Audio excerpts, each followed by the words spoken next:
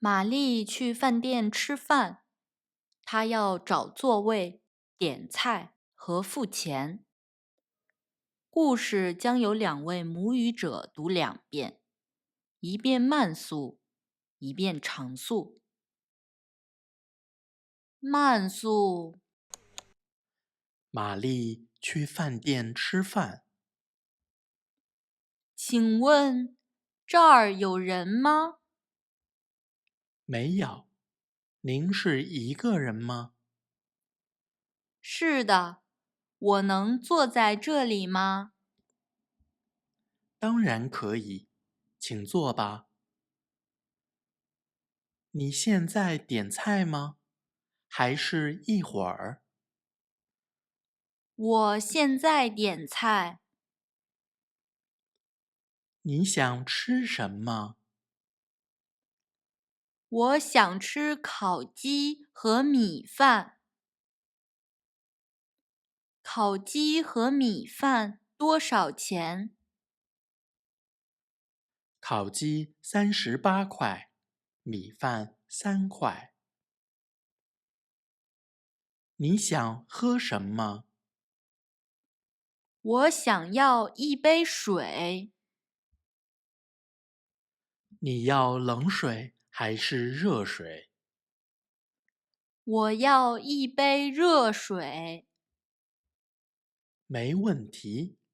你要水果吗？请给我来一些苹果。好的，请稍等。20分钟后，玛丽的菜做好了。这是你要的烤鸡和米饭。这是你要的热水和苹果。谢谢。不用谢，用餐愉快。半小时后，玛丽吃完了。服务员，我买单。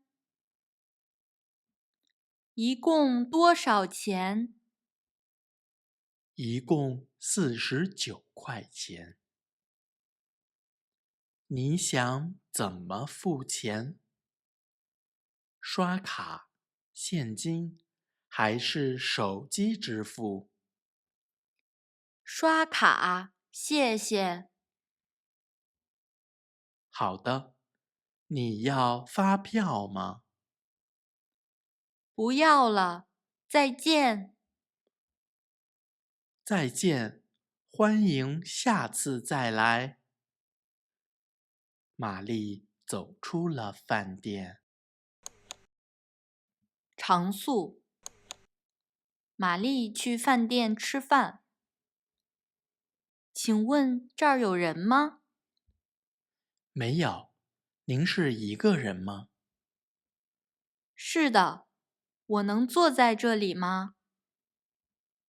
当然可以，请坐吧。你现在点菜吗？还是一会儿？